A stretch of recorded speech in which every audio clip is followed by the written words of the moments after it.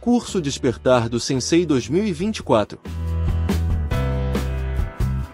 Módulo Judô Inclusivo. Sensei Sandro Marcelo 6º Dan. Sensei Gregório Paoli 1º Dan. Saudações a todos, meus amigos do Judô. Estamos aqui para dar continuidade no curso Despertar do Sensei. E é com muito prazer que eu falo do tema do Judô Inclusivo. O tema já faz parte da vida de vocês, né?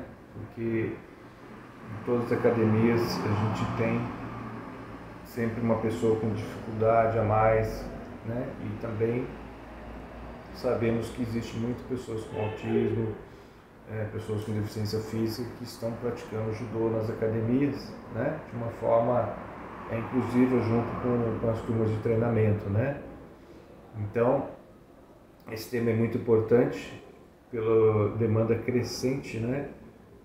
Das pessoas com deficiência, tanto nas escolas, né? Onde a gente sabe que tem o judô a nível das escolas particulares, escolas públicas também, e nos clubes, né? As academias.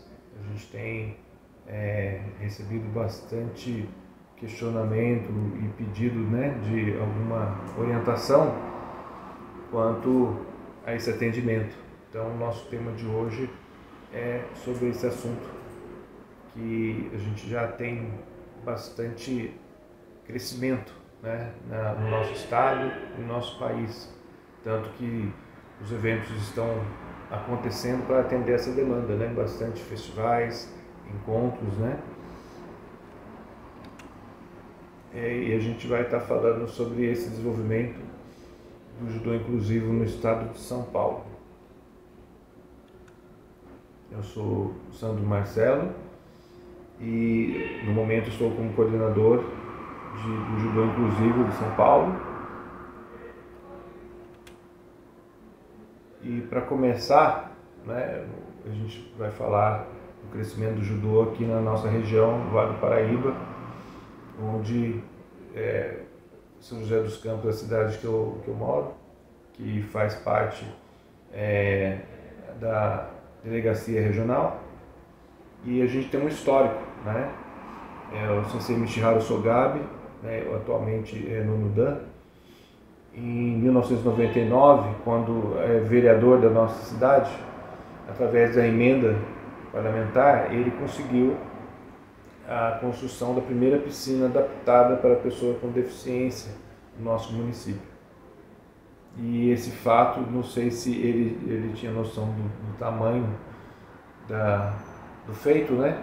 Que foi um fato que inspirou as outras modalidades também e foi o início do crescimento da questão inclusiva em vários esportes, né? E até na questão de começar a fazer esse trabalho com o judô inclusivo, a gente acabou pegando muita instrução, muitas coisas que já aconteciam na natação, né? Que ela se desenvolveu primeiro aqui no nosso município e esse crescimento da natação ele é muito mais avançado, né, no país todo. Então foi muito importante conversar com os técnicos, conversar com os psicólogos, fisioterapeutas, toda a equipe que trabalhava para entender, né, como é que funcionava essa questão da inclusão.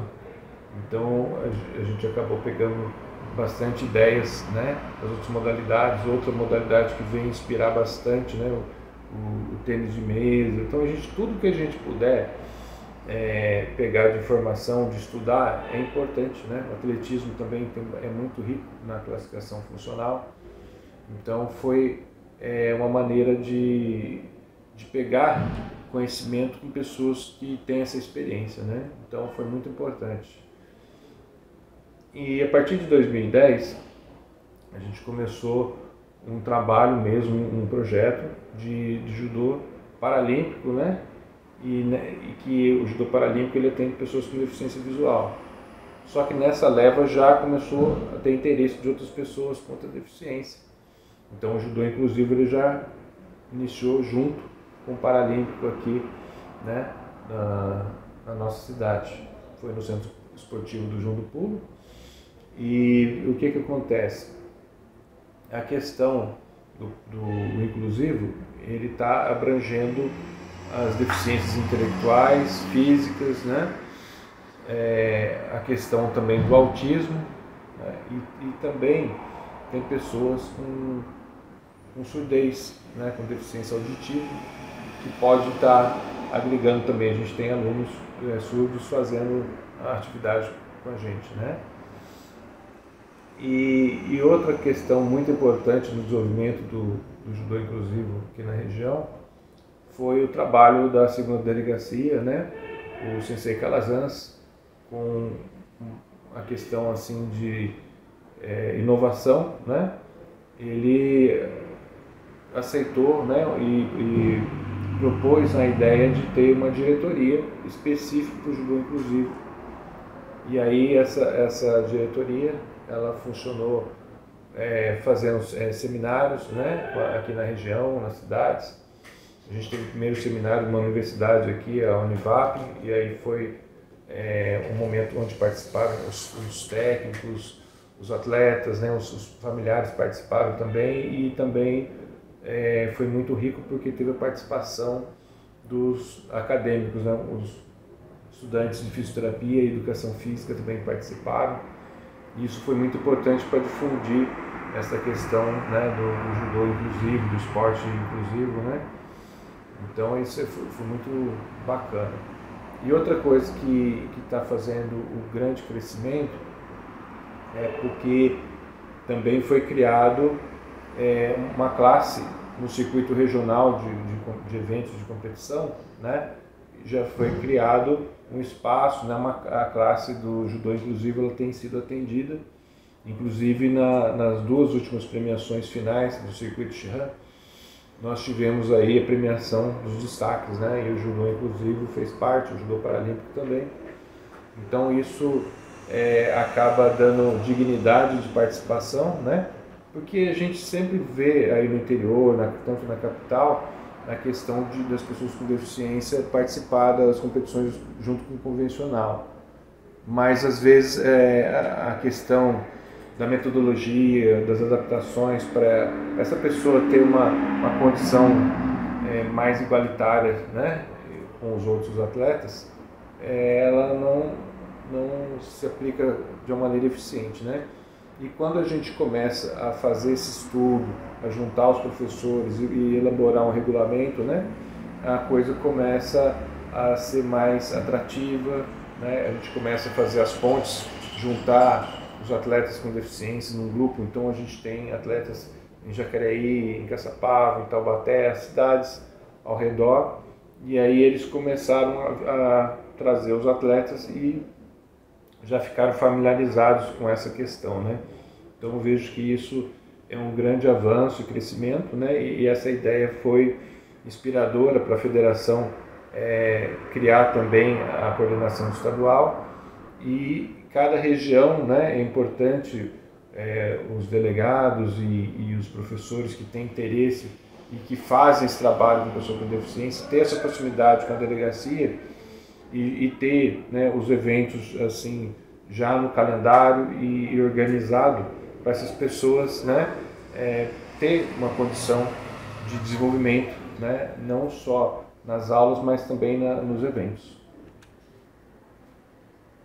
Uma coisa interessante, né, em 2023 nós fizemos um censo do judô paulista, judô inclusivo, né, pessoas com deficiência praticantes de judô. Foi através de um link que as pessoas entravam, né, e respondiam pelo Google Forms, e aí a gente teve alguns dados muito interessantes, né, que vale a pena a gente destacar aqui para vocês, tá?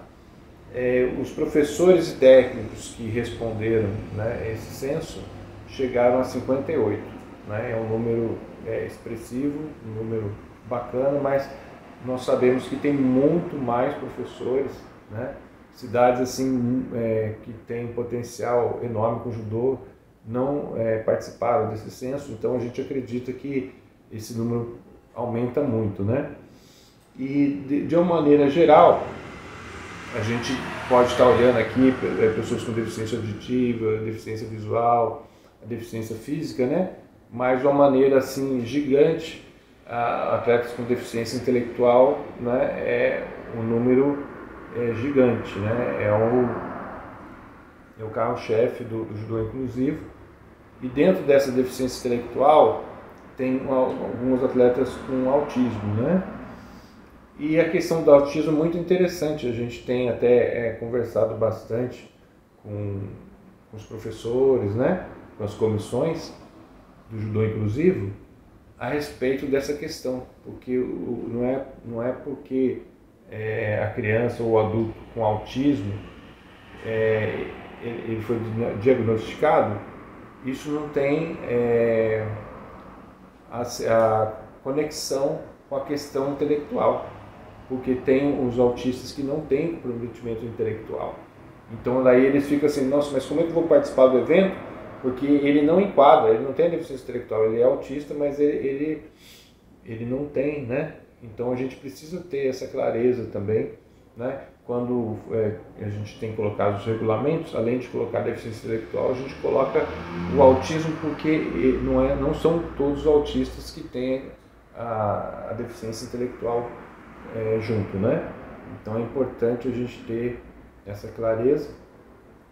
E uma coisa que é importante, a gente, talvez no final do ano ou no começo do ano que vem, a gente volte a fazer esse censo, porque está crescente, e esses técnicos que responderam esse questionário, provavelmente, né, esse número já está ultrapassado, eles já estão atendendo muito mais, né?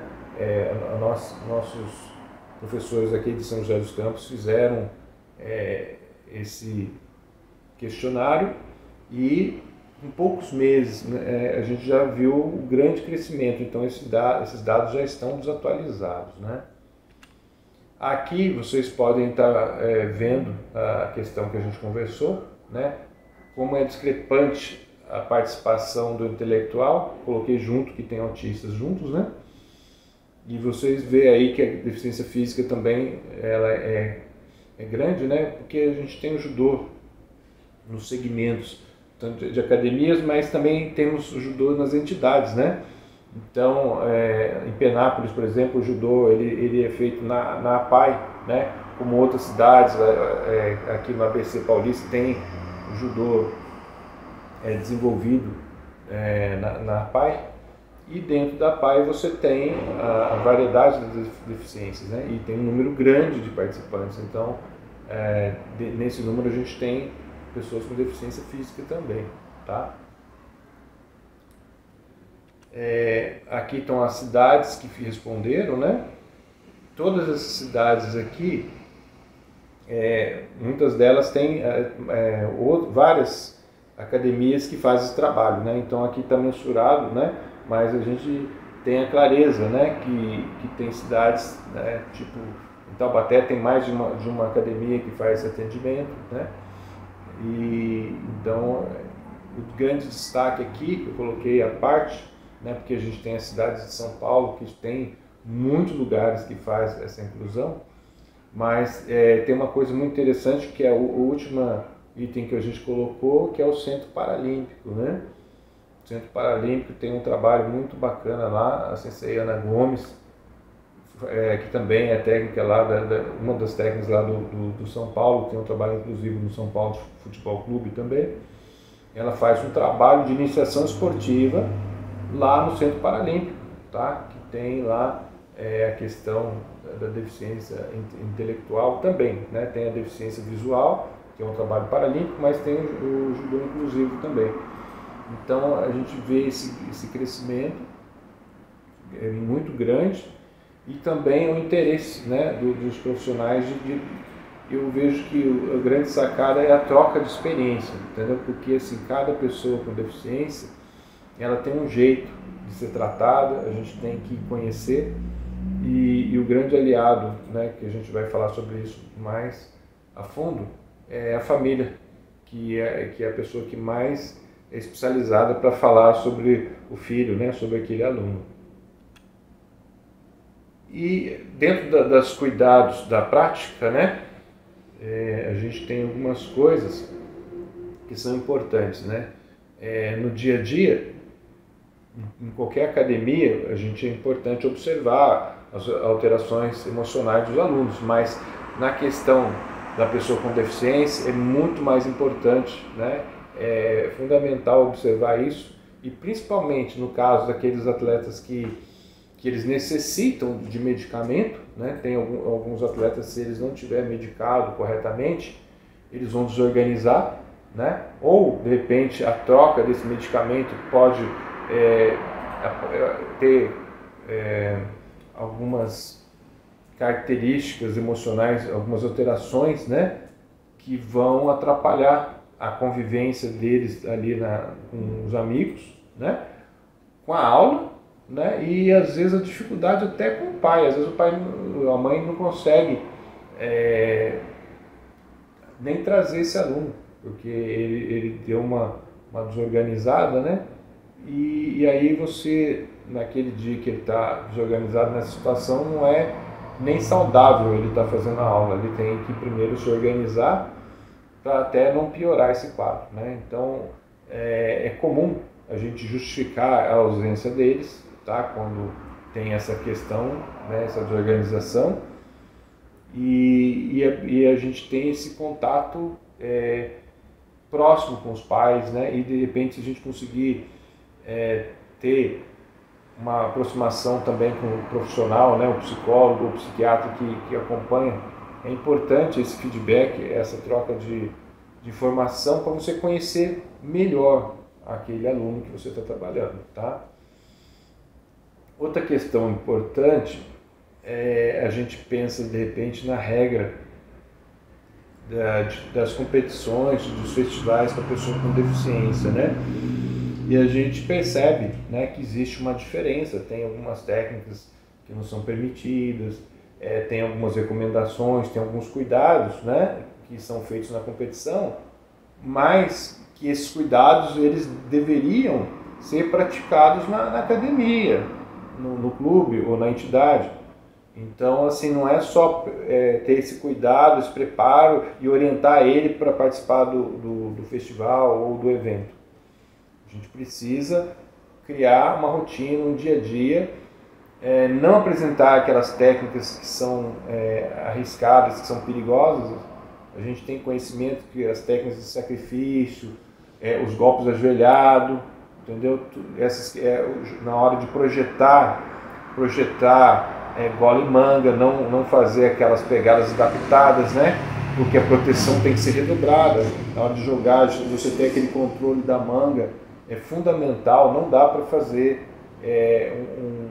uma questão, priorizar o resultado e colocando em risco o outro participante, né? Porque às vezes a gente se preocupa com cuidado com o nosso aluno, mas a gente tem que ter o cuidado com aqueles atletas que vão estar com ele também. Então, se a gente apresentar algumas técnicas preocupado com o resultado, isso vai causar um transtorno para o evento, né? Isso vai contra o princípio do judô, né? Não é nem da questão do judô inclusivo, né? Por ser inclusivo, tem esses cuidados, mas a gente sabe muito, a Federação Paulista era pioneira nessa questão do cuidado, porque até a gente percebe assim as adaptações que estão tendo nas questões de alguns golpes, dos golpes ajoelhados, de algumas técnicas, né, que são prejudiciais para as crianças, né, então estão limitando também algumas técnicas aqui em São Paulo. Então a gente vê esse olhar do cuidado, né, esse olhar do professor, né, o técnico tem aquela questão de resultado, tudo, e o professor ele não prioriza o resultado, ele prioriza o desenvolvimento, mas ele nunca pode esquecer os cuidados que ele tem que ter. Então eu vejo que até as competições, os eventos para pessoa com deficiência, de uma forma grande, eles têm um aspecto social e participativo. O aspecto competitivo, né, de rendimento já são para aqueles atletas que já estão num nível mais evoluídos, mas assim, é um número menor, né? O grande número que a gente tem são aqueles que buscam o judô além da prática saudável, da qualidade de vida, né, que vai dando toda a disciplina, né, e ajudando o desenvolvimento cognitivo deles, a gente sabe também que o judô ele vem favorecendo bastante, né, no aspecto terapêutico também, tá? E outra coisa que é fundamental para esse crescimento, dessa análise do se está fazendo bem, como que a gente pode melhorar, é ter o diálogo participativo com as famílias, né? Nas atividades, nas aulas, nos eventos, entendeu? Ter reuniões, nós acreditamos muito, a gente tem utilizado reuniões no final de semestre ou final de ano de feedback com os pais, com as famílias, né? O que eles estão achando, o que a gente pode estar melhorando e qual é o reflexo do judô na vida dessas crianças. Então a gente percebe assim muito grande retorno positivo de melhoria na escola, melhoria no comportamento, e assim evoluções que a gente fica até emocionado, né? A gente vê crianças que tinham algumas dificuldades de socialização, de fala, tudo que começam a se soltar, tá? Um ambiente prazeroso, né? A gente vê aqui uma foto do pessoal fazendo aula, né? Dentro dessa turma tem duas professoras, tem um estagiário junto ali, tem um voluntário, e estão as crianças e adolescentes, né? Com deficiência intelectual, com autismo, né? Então o que acontece? Eles têm que entender com o tempo que o judô faz parte da rotina dele, além da escola, da entidade, da fisioterapia. Então isso aí, com o passar dos dias, essas crianças, esses jovens, eles vão entendendo e aceitando e tendo mais disposição para o judô, porque ele faz parte da rotina deles. Então assim, eles não gostam muito de mudança de rotina. Então quando chega de repente uma atividade, alguns deles vão estranhar, vai ter dificuldade, né? Dentro dessa foto aqui tem atletas que tinham muita dificuldade no início da atividade, não queriam vir, e com muita conversa, com muito entendimento dos professores, com os pais, com a insistência, né? E com a insistência, eu digo, de não desistir de trazer, mas assim, a pessoa não precisa vir e fazer todas as atividades, ela tem que vir e se ambientar com o tatame, se ambientar com o dojo, né? Se ambientar com os amigos, sentir bem ali, não ter pressão, não se sentir pressionada, né? Na natação, quando você vai iniciar a natação, tem adaptação ao meio líquido, né? Porque como que a pessoa vai aprender a nadar se ela tem medo de água, né? E eu acho esse fundamento muito importante para o judô. Como é que ela vai aprender judô se ela não consegue se sentir bem no tatame, ela tem medo, ela tem... Quando a gente faz o trabalho inclusivo, nós vamos pegar crianças ou adultos sem repertório motor, por conta das limitações, por conta às vezes do excesso de proteção dos profissionais, dos familiares também. Então essas crianças, antes de aprender a modalidade, eles têm que ter uma vivência motora, eles têm que ter um trabalho psicomotor muito forte, porque muitas vezes eles têm dificuldade para pular, têm dificuldade de espaço, né, de localização, não sabe o que é direito, não sabe o que é esquerda. Se fala para pular com o pé só, ele pula com os dois, ou às vezes não consegue, não entende o que é pular. Então, é fundamental a gente trabalhar primeiro nessa coordenação motora deles, trabalhar estimulando com jogos, com movimentos, né? Muitas vezes a gente pode colocar assim, nossa, mas o trabalho do judô começa com comprimento, né? Nós vamos ter que cumprimentar para entrar no dojo. Tá, mas infelizmente muitas vezes o comprimento ele passa a ser não o início, mas uma meta. Porque assim, você vai ter que ter essa confiança, esse entendimento, E devagarinho você conseguir colocar na rotina deles que ele vai precisar complementar para entrar no dojo, complementar o sensei. Então isso aí, às vezes a gente não consegue colocar como a primícia, mas como meta. E parece que é pouca coisa, mas é muita coisa quando a gente vê eles tendo esse entendimento que precisa complementar. E a gente tem que comemorar as pequenas vitórias, entendeu?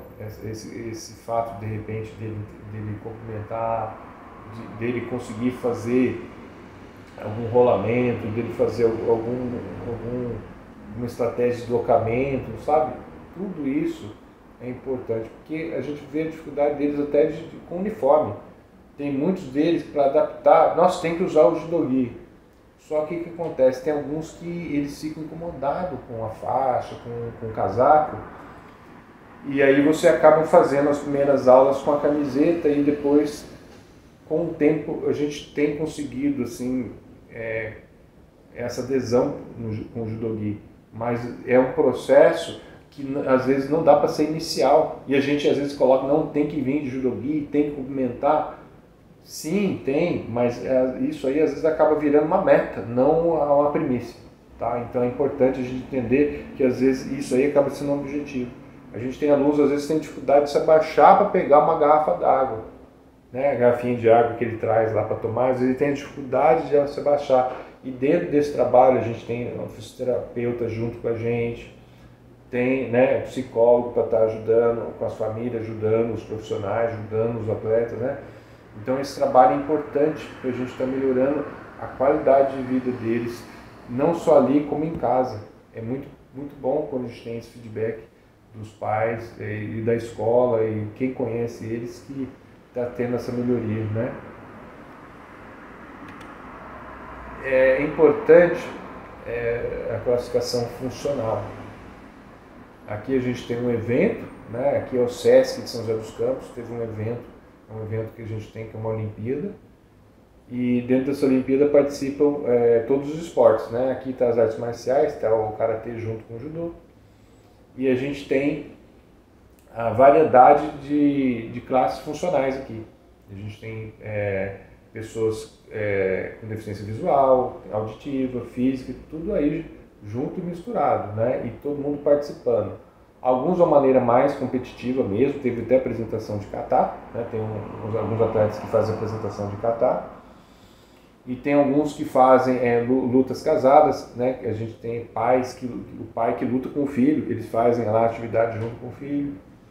Tem atletas que às vezes o sensei ou um outro judoca mais graduado faz uma luta junto com ele para ter, né, a participação dele de uma maneira segura, e depois no final do evento tem a premiação, tem a medalha. A gente costuma fazer os grupos, né, com 4 atletas, todos saem com medalhas, e é objetivo, claro, né, para o pessoal que já está no nível mais avançado, a gente pegar um pouquinho mais pesado, com a regra, com a exigência de um kata, cobrar mais, tudo, mas daqueles que estão iniciando, é só o fato deles estar ali interagindo, e também a felicidade dos pais de poder falar assim, hoje eu vou levar meu filho, vai ter um torneio de judô, vai ter um festival de judô, e isso muitas vezes parece que é uma coisa que é permitido só para aquelas pessoas que o filho não tem deficiência, né? Eu vou levar meu filho para um campeonato de futebol, vou levar, e dar esse prazer para o pai de falar assim, olha, domingo agora não dá para ir, né, num evento lá, porque eu vou levar meu filho, vai ter uma competição de judô lá no SESC, vai ter uma competição lá em São Paulo, né? Então, isso aí é dignidade, é qualidade de vida, e é um negócio que é inclusão mesmo na prática, né? Você vê que você não está fazendo inclusão daquele aluno, você está fazendo inclusão da família, você está fazendo, dando uma qualidade de vida, não é uma alegria para essas famílias, é muito importante. Essa classificação funcional, ela serve para o modelo de atendimento que nós vamos estar fazendo. Por quê? Se você tem uma aula mais avançada, né, já com a regra mais, né, já pensando no kata, pensando em competição, o pessoal do Paralímpico tem o Grand Prix, tem um monte de coisa assim, então Então você vai pegar os atletas com maior desenvolvimento e vai colocar numa aula, né, mais avançada. Agora, quando você vê que o comprometimento é maior, você vai ter que colocar numa turma onde os estímulos são aqueles estímulos iniciais, básicos, fundamentais, as habilidades fundamentais, né? Então a gente faz esse trabalho básico com eles. Então é um outro grupo. E isso vai se refletir também nos eventos. É importante fazer essa classificação, né? Para você poder colocar os alunos num grau de complexidade, num grau de aceitação favorável para o crescimento dele, né? E também por ele apreciar mais ainda o judô. Então é importante essa classificação funcional, a gente fazer essa observação já na academia, e quando for ter um evento, dentro do evento a gente procura sempre agrupar da melhor forma para todos sair satisfeitos e a gente ter um resultado positivo nessa participação. Nós temos a questão muito bacana, né? Além dos eventos que já existem na federação, né? Vai ter essa questão aqui de uma competição de judô, que é o Circuito Escolar Paralímpico, que é realizado de acordo com as regras e adaptações da Federação Internacional, e a IBSA, que regula internacionalmente o judô para pessoas com deficiência visual, né? Os cegos, né? Então, essa competição inicialmente era para pessoas com deficiência visual, né? A Sensei Ana, ela fez uma inclusão da classe da deficiência intelectual e do autismo nesse evento. Então, acreditamos que isso é um marco, né? Para o judô inclusivo, né? Paulista e nacional. E esse ano é um marco, eu tenho certeza que vai acontecer, né, todos os anos e de uma maneira crescente, tá? Então fica aí esse registro, né, dia 20 de abril, esse evento que marca, né, o crescimento, né? Já existem várias ações, mas esse evento vale a pena a gente gravar aqui na memória, que é um marco dentro do judô inclusivo do nosso estado, tá? E queria aqui fazer o agradecimento a todos vocês que estiveram aqui. Nós vamos continuar com o tema, nós vamos ter agora o Sensei Gregório, que vai estar falando, continuar falando do assunto do judô inclusivo, mas partindo com o aspecto do judô inclusivo nas escolas. Ele vai ajudar muitas pessoas aí, tirando dúvidas de turmas onde você tem pessoal regular e tem a inclusão acontecendo junto ali, tá bom? Um abraço a todos e até a próxima. Saudações a todas e todos, me chamo Gregório Paoli e irei fazer a minha descrição. Eu sou uma pessoa branca, com o rosto arredondado, eu tenho cabelos castanhos claros curtos, meus olhos são verdes e eu estou vestindo um judogi branco, com o pet da Federação Paulista de Judô costurado no lado esquerdo na altura do peito. Eu trabalho como professor de atendimento educacional especializado em uma escola municipal de ensino fundamental da cidade de São Paulo há aproximadamente 9 anos.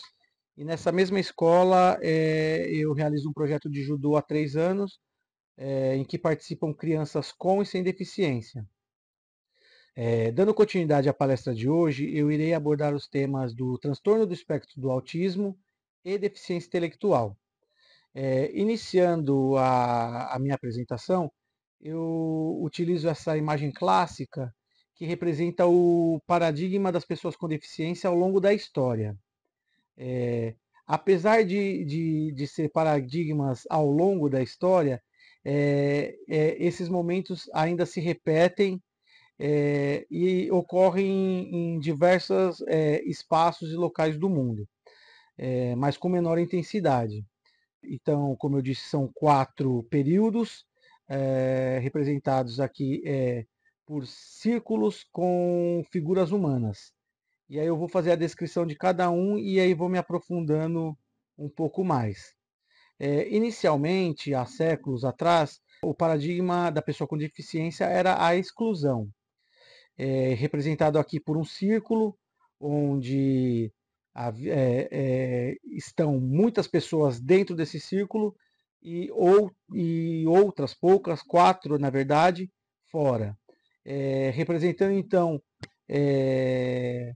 a sociedade dentro desse círculo e as pessoas com deficiência fora, excluídas. Num segundo momento, não muito distante, ocorria a segregação. A segregação, as pessoas com deficiência passaram a serem vistas, respeitadas, mas ainda não com direitos iguais a todas as outras pessoas. Elas viviam institucionalizadas ou isoladas dentro de suas próprias casas, e representadas aqui por 2 círculos, um maior com o maior número de pessoas e um menor com as 4 pessoas de novo isoladas, né? Os círculos não têm contato. O terceiro momento é a integração, representada também por 2 círculos, agora um círculo menor dentro de um maior. No círculo maior está o maior número de pessoas, e dentro do círculo menor, que está dentro do círculo geral, as pessoas com deficiência. O que representa essa imagem? É um momento histórico em que as pessoas com deficiência passaram a conviver mais abertamente na sociedade. Só que as pessoas com deficiência, elas deviam superar os obstáculos por elas mesmas. A sociedade não muda em nada, e quem consegue acompanhar o ritmo da sociedade, sendo na escola, sendo no trabalho, é incluído. Quem não consegue, continua ali integrado. E o último paradigma, que é o esperado, que é o que a gente tanto luta, é o paradigma da inclusão, representado aqui por um único círculo com todas as pessoas dentro. Na segunda metade do século passado, os movimentos sociais ganharam bastante força e passaram a reivindicar por seus direitos. Entre esses movimentos, os das pessoas com deficiência. E a partir disso, dessas reivindicações, originou-se o modelo social de deficiência, fazendo frente ao modelo médico que estava em voga. A respeito do modelo social de deficiência, eu trago essa contribuição de Oliver, que eu acho que exemplifica bem de uma forma bem direta. Em síntese, a ideia básica do modelo social é que a deficiência não deve ser entendida como um problema individual, mas uma questão de vida em sociedade, o que transfere a responsabilidade pelas desvantagens das limitações corporais do indivíduo para a incapacidade da sociedade em prever e se ajustar à diversidade. Então, quando a sociedade é incapaz de prever essas barreiras para a acessibilidade, ela, ela está sendo deficiente, não a pessoa. Então, nessa perspectiva, né, transferimos o problema para a sociedade que possui essas barreiras, não mais para o sujeito que pode ter alguma lesão.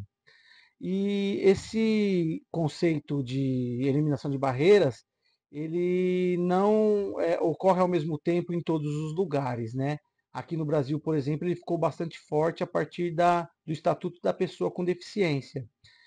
A respeito do modelo social de deficiência, eu trago essa contribuição de Oliver, que eu acho que exemplifica bem de uma forma bem direta. Em síntese, a ideia básica do modelo social é que a deficiência não deve ser entendida como um problema individual, mas uma questão de vida em sociedade, o que transfere a responsabilidade pelas desvantagens das limitações corporais do indivíduo para a incapacidade da sociedade em prever e se ajustar à diversidade. Então, quando a sociedade é incapaz de prever essas barreiras para a acessibilidade, ela, ela está sendo deficiente, não a pessoa. Então, nessa perspectiva, né, transferimos o problema para a sociedade que possui essas barreiras, não mais para o sujeito que pode ter alguma lesão. E esse conceito de eliminação de barreiras, ele não ocorre ao mesmo tempo em todos os lugares, né? Aqui no Brasil, por exemplo, ele ficou bastante forte a partir do Estatuto da Pessoa com Deficiência. E eu trago também a definição do próprio Estatuto. Barreira é qualquer entrave, obstáculo, atitude ou comportamento que limite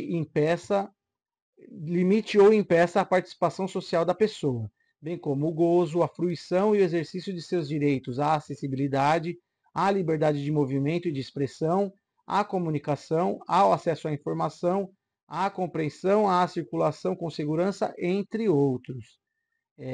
Essa é o Estatuto da Pessoa com Deficiência, né? Que é a lei número 13.146, de 6 de julho de 2015. Trazendo essa ideia de eliminação de barreiras para o judô, por exemplo, o judô paralímpico, em que os judocas são pessoas com deficiência visual, baixa visão ou cegos, a principal barreira é o contato, é o domínio, é o kumikata. Então, a partir do momento que no Shiai ou no Randori eles começam a luta já com o kumikata feito, essa barreira ela é eliminada e a prática do judô ocorre tranquilamente. Ainda sobre as barreiras que impedem a acessibilidade das pessoas com deficiência, é possível elencar 6 tipos de barreiras que precisam ser eliminadas. São elas as barreiras atitudinais, que tem a ver com a ideia do senso comum de que a pessoa com deficiência é incapaz, que ela é frágil, que ela não consegue se representar, que ela precisa ser super protegida.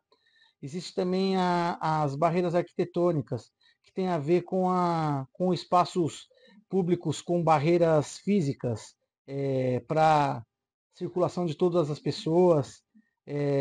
Existem as barreiras metodológicas também, que é preciso criar conteúdos que sejam mais acessíveis para todas as pessoas. Por exemplo, no caso do judô para pessoas com deficiência intelectual, quebrar as informações em partes menores para que seja assimilado, ou levar materiais que ajudem na compreensão do movimento motor. Existem as barreiras programáticas, que elas são existentes dentro de legislações ou criação de estatutos, regulamentos, que muitas vezes esquecem das pessoas com deficiência.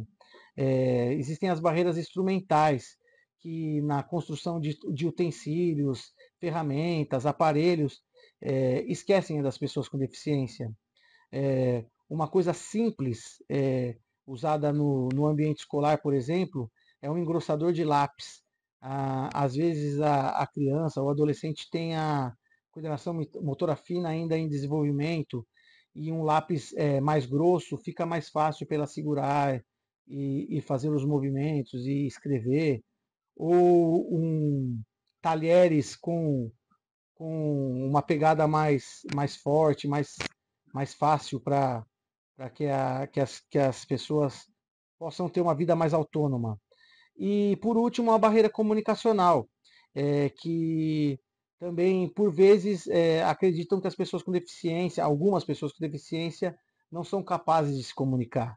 Na verdade, elas podem não se comunicar verbalmente, mas existem várias outras formas de se comunicar.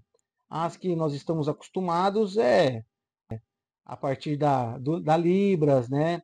Ou a leitura do Braille, mas também existe a comunicação aumentativa e alternativa, que é bastante utilizada com crianças com autismo, né? Ou deficiência intelectual. E para finalizar essa primeira parte da apresentação, eu deixo esse pequeno parágrafo que sintetiza bem o que eu procurei tentar passar para vocês até agora. Que independente da deficiência que a criança tenha, nós precisamos olhar para ela como uma pessoa e tentar vislumbrar suas habilidades, suas dificuldades e fazer o máximo possível para que ela se desenvolva. Cada ser humano é único em sua diversidade, possuindo interesses, habilidades e dificuldades específicos. Portanto, não é possível generalizar dizendo que todos são iguais.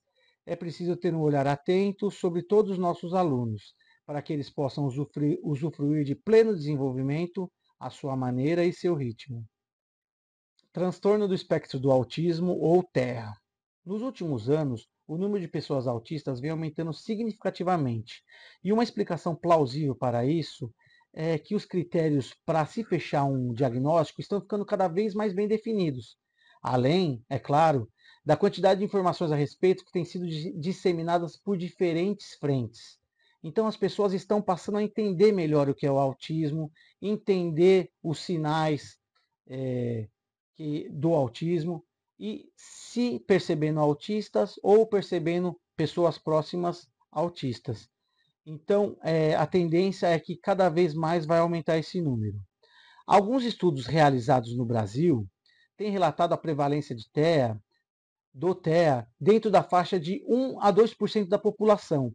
Isso representa de 2 a 4 milhões de pessoas. Já nos Estados Unidos, a prevalência de autismo na população é de 1 em cada 36 pessoas. Se a gente transferir essa conta para a realidade brasileira, vai dar na média de 6 milhões de pessoas. Segundo o Manual Diagnóstico Estatístico de Transtornos Mentais, o DSM-5, feito pela Associação Americana de Psiquiatria, o transtorno do espectro do autismo caracteriza-se por déficits persistentes na comunicação social e na interação social em múltiplos contextos, incluindo déficits na reciprocidade social com comportamentos não verbais de comunicação usados para interação social e em habilidades para desenvolver, manter e compreender relacionamentos. Além das questões em relação à comunicação social, o diagnóstico do transtorno do espectro do autismo requer também a presença de padrões restritos e repetitivos de comportamento, interesses ou atividades. Então, no DSM-5, os critérios para o diagnóstico do TEA foram divididos em 2 grandes grupos. O primeiro grupo é o de déficits persistentes na comunicação e interação social em múltiplos contextos.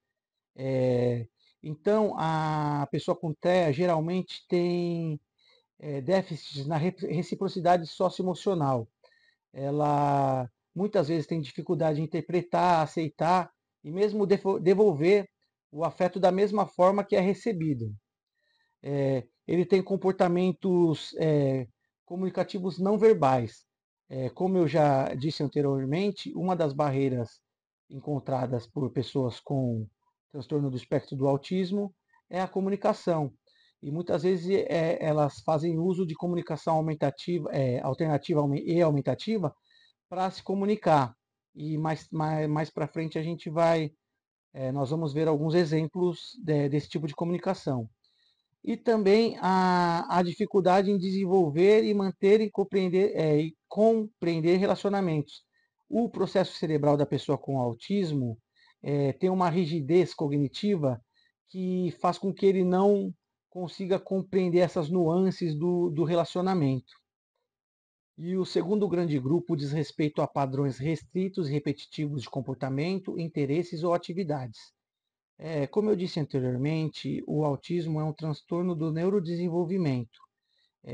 O cérebro da pessoa autista funciona de uma maneira totalmente diferente do cérebro das outras pessoas. Então, muitas vezes, o comportamento da pessoa com autismo pode soar como uma birra, como enfrentamento ou como desatenção. Mas, na verdade, muitas vezes pode ser ela tentando se autorregular a um ambiente ou a um estímulo que está acontecendo. Ela tem hiper ou hiporreatividade a estímulos sensoriais.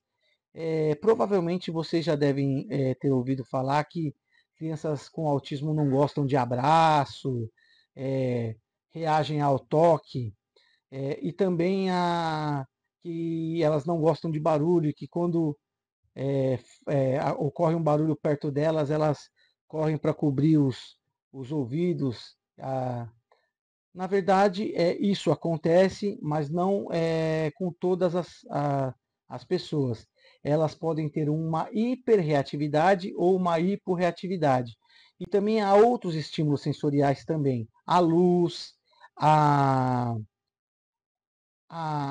ao próprio paladar.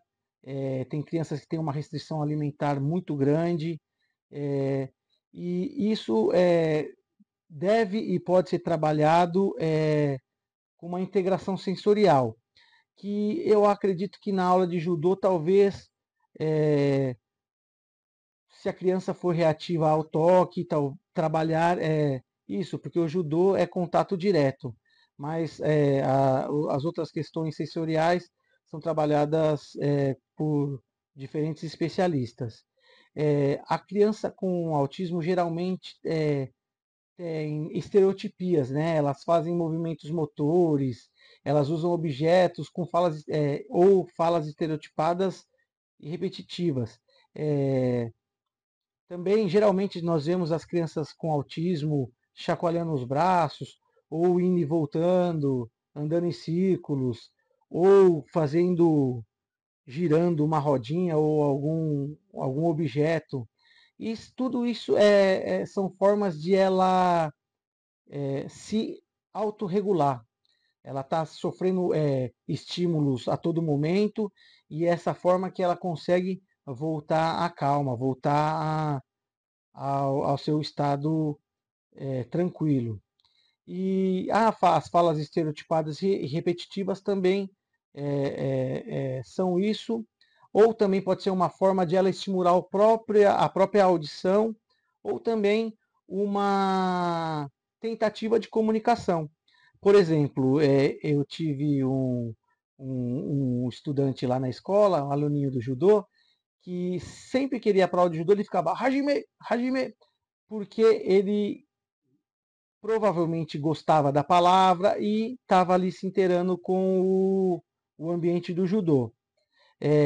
Também existe os interesses fixos e altamente restritos, adesão inflexível a rotinas e padrões ritualizados de comportamento. Tudo isso acontece porque existe uma rigidez cognitiva e as pessoas com autismo geralmente preferem esses interesses restritos ao invés de compartilhar. Talvez ela fique estudando determinado assunto ou falando sobre determinado assunto, ao invés de abrir e interagir de uma forma mais usual.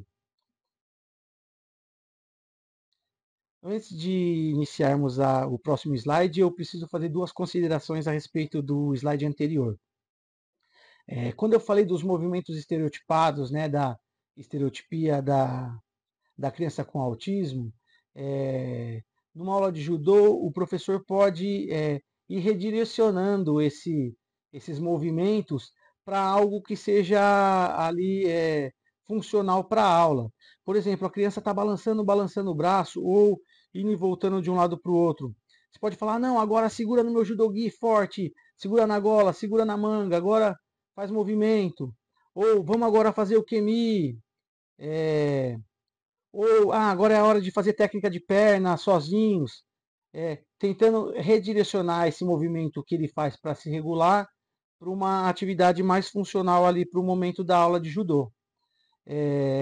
E a respeito do estudante que ficava Hajime, Hajime, não falei, mas é importante não inibir esse tentativa de fala e tentar fazer uma comunicação funcional com ele.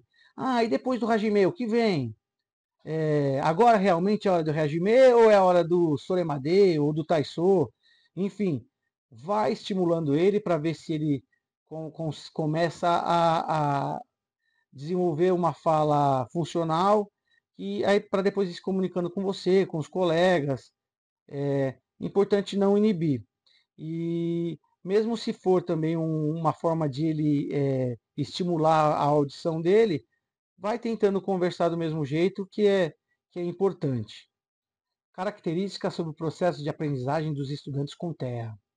Dê dicas visuais. Eles são, em grande maioria, pensadores visuais. Ofereça previsibilidade. Dessa forma, as pessoas com autismo tendem a sentir-se mais confiantes para lidar com as situações. Por exemplo, você pode combinar com os familiares que sempre um dia antes da aula de judô, eles já vão preparando a criança, amanhã tem judô, vamos preparar o judogi, vamos separar na mala, o que você vai fazer amanhã, como que é a aula, para ela já chegar sabendo o que ela vai fazer. Crie rotinas. Quando a criança está acostumada a ver o que vai acontecer, é mais fácil adicionar algo diferente para que ela visualize no seu dia a dia. Traga sempre que possível a atenção do estudante ao conteúdo trabalhado, chamando seu nome durante as atividades e mantendo contato visual. Eu gosto bastante quando eu percebo que a criança está dispersa ou realizando outra atividade, eu chamo ela para ficar comigo e me ajudar a fazer as explicações, fazer os movimentos, ou até fazer uma mudança de planos ali e fazer uma atividade que eu sei que ela vai gostar bastante. Faça solicitações claras e objetivas, uma por vez. Evite linguagem metafórica. Como dito anteriormente, as pessoas com TEA são, em sua grande maioria, pensadores visuais. E agora eu trago para vocês uma prancha de comunicação alternativa e aumentativa para exemplificar um pouco como funciona a comunicação não verbal das pessoas com autismo. Essa prancha foi retirada do repositório do Comunicatea, que é um repositório online com diversas pranchas de comunicação gratuitas. Quem tiver interesse pode mandar um e-mail para mim, o meu e-mail estará no final da apresentação, ou também pode conversar com o Sensei Sandro Marcelo dos Santos, que ele encaminha para vocês.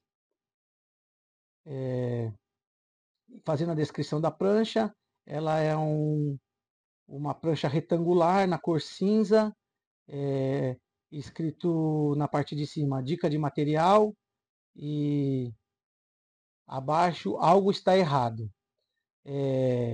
Depois desse texto, algo está errado, tem diversos quadrados vai iniciando a comunicação. Agora eu vou mostrar para vocês uma possibilidade de criar pranchas de comunicação alternativa e aumentativa. Ele é um site gratuito, o endereço é www.picto4.me. Vou falar mais uma vez, www.picto4.me. www.picto4me. E esse site é um site bastante intuitivo, ele é uma página no formato de prancha também, mas sem nenhuma imagem. Aí você vai clicando nos quadradinhos e ali a partir dali você vai inserindo as imagens que você quer e vai formando a sua prancha. É bem sossegado, é bem intuitivo. Quem tem um nível de usuário doméstico de computador consegue mexer facilmente. Aí o próximo site que eu vou mostrar para vocês também é um site gratuito e lá é um repositório de imagens para prancha de comunicação alternativa e aumentativa. Ele chama www. Não. Ele é um site gratuito, o endereço é www.picto4.me. Vou falar mais uma vez, www.picto4.me. www.picto4me.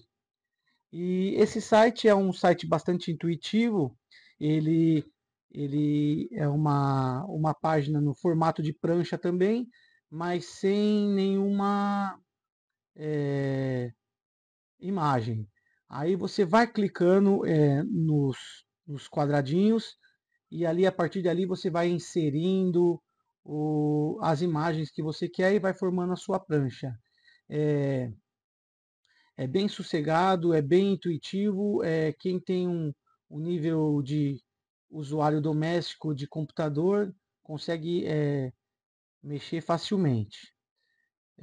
Aí o próximo site que eu vou mostrar para vocês também é um site gratuito e lá é um repositório de imagens para prancha de comunicação alternativa e aumentativa. O endereço dele é https://arasaac.org.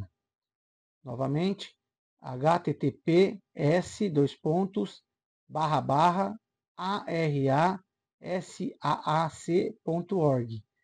arasac.org. Esse site, como eu disse, ele é um repositório de pictogramas para construir as pranchas de comunicação. Inclusive, eu digitei judô e apareceu aqui parece duas meninas, uma aplicando um Sasaitsu de Komiyashi na outra. Também é um site tranquilo de mexer. Ele tem até alguns cursos ali dentro, algumas informações de como construir as pranchas, de como aplicar a comunicação alternativa e aumentativa. Vale muito a pena dar uma pesquisada. E essa é uma rotina visual que eu criei para um estudante que não se comportava de maneira adequada dentro do dojo. Ele ficava rolando sobre o tatame a todo momento, queria fazer atividades que não eram relacionadas ao judô. E a partir do momento que a prancha foi aplicada, que eu comecei a modelar com ele, explicar o que significava cada pictograma, e ele foi percebendo que cada momento tinha uma atividade certa para ser realizada, ele foi entrando na dinâmica da aula e se deu super bem. Ela é uma prancha, para fazer uma descrição breve dela, ela é uma prancha retangular, que está na horizontal, e ela possui 12 quadrados com pictogramas referentes à dinâmica do dia a dia de uma aula de judô. Desde a saudação inicial até o Taiso, passando por Randori, água, saudação final e o lanchinho que é fornecido pela escola sempre quando termina o treino. Existem algumas condições médicas que podem ocorrer associadas com o autismo, e elas variam de pessoa para pessoa. Porém, é essencial que as pessoas com autismo recebam uma avaliação médica e um acompanhamento adequado por profissionais da saúde para identificar e tratar quaisquer comorbidades específicas presentes. Algumas das comorbidades que são mais comuns em pessoas de TEA são, lembrando que esse não é um fator determinante, existem pessoas com TEA que não têm nenhuma comorbidade. Transtorno de déficit de atenção e hiperatividade, o TDAH, epilepsia, transtornos obsessivos compulsivos, bipolaridade, transtorno de ansiedade, distúrbios do sono, transtornos gastrointestinais, transtornos motores, depressão e deficiência intelectual. Falando em deficiência intelectual, vamos para o nosso próximo tema. Atualmente, a deficiência intelectual está incluída entre os transtornos do neurodesenvolvimento, especificamente os do desenvolvimento intelectual, que correspondem a um amplo contingente de condições etiologicamente distintos. Sua identificação envolve diversos aspectos relacionados ao conceito de inteligência, devendo sempre ser analisada como componente da avaliação global do indivíduo. É identificada pela redução substancial das funções intelectuais, concomitante a déficits do comportamento adaptativo, com limitações em habilidades sociais e práticas cotidianas, iniciada durante o período do desenvolvimento, antes da vida adulta. Algumas sugestões para se trabalhar com turmas de judô com pessoas com deficiência intelectual. Dá instruções de modo claro, objetivo e com elementos simples no comando. Mostre como fazer e explique a função do que foi solicitado. Dê maior tempo para a conclusão das atividades. Fale pouco e com calma. Repita apenas se for necessário. Compõe atividades em grupos ou em duplas produtivas. Na educação nós chamamos isso de par avançado. E no judô nós costumamos falar da relação do senpai com os kohai. Como parte final da palestra, apresento alguns vídeos curtos com atividades desenvolvidas por minhas turmas.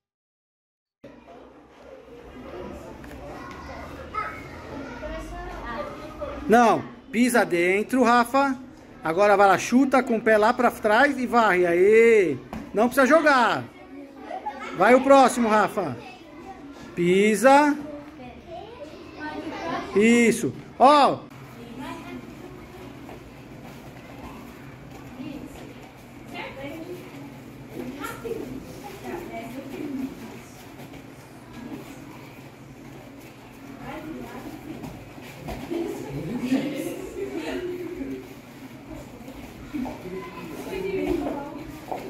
Arthur, na outra gola. Aê.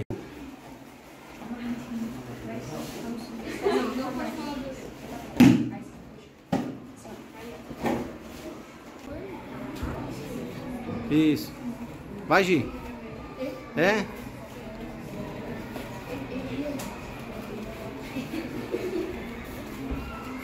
Vai. Não, errado. Ó. Sabe esse pé aqui? Sabe? Você vai colocar aqui no peito. Não, aqui. Não. Ó. Esse pé, você vai colocar aqui. Isso. Agora você vira e coloca o pé aqui. Mesma coisa. Ajuda ele Aqui, também. aqui, ó. Vem aqui. Ó, Tutu. Vai, Rafinha. Pode ficar um pouco mais na minha frente, tá? Mais um pouco pra frente. Isso.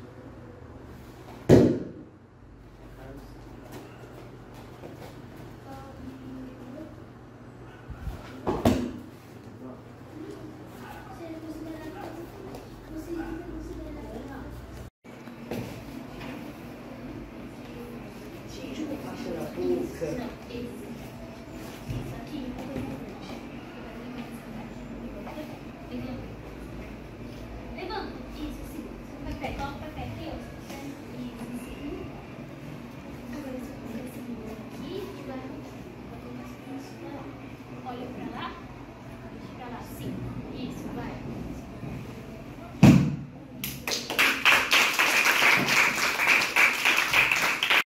Agradeço a toda a equipe que integra o Despertar do Sensei e a 2ª Delegacia Regional do Vale do Paraíba, e em especial ao Sensei Sandro Marcelo dos Santos pelo convite, e é claro, a você que ficou até o final. Muito obrigado. O meu e-mail é gregoriopaoli@gmail.com e o Instagram é judoquequia, @judocechia. Curso Despertar do Sensei 2024. Realização: Federação Paulista de Judô Vale do Paraíba, 2ª Região.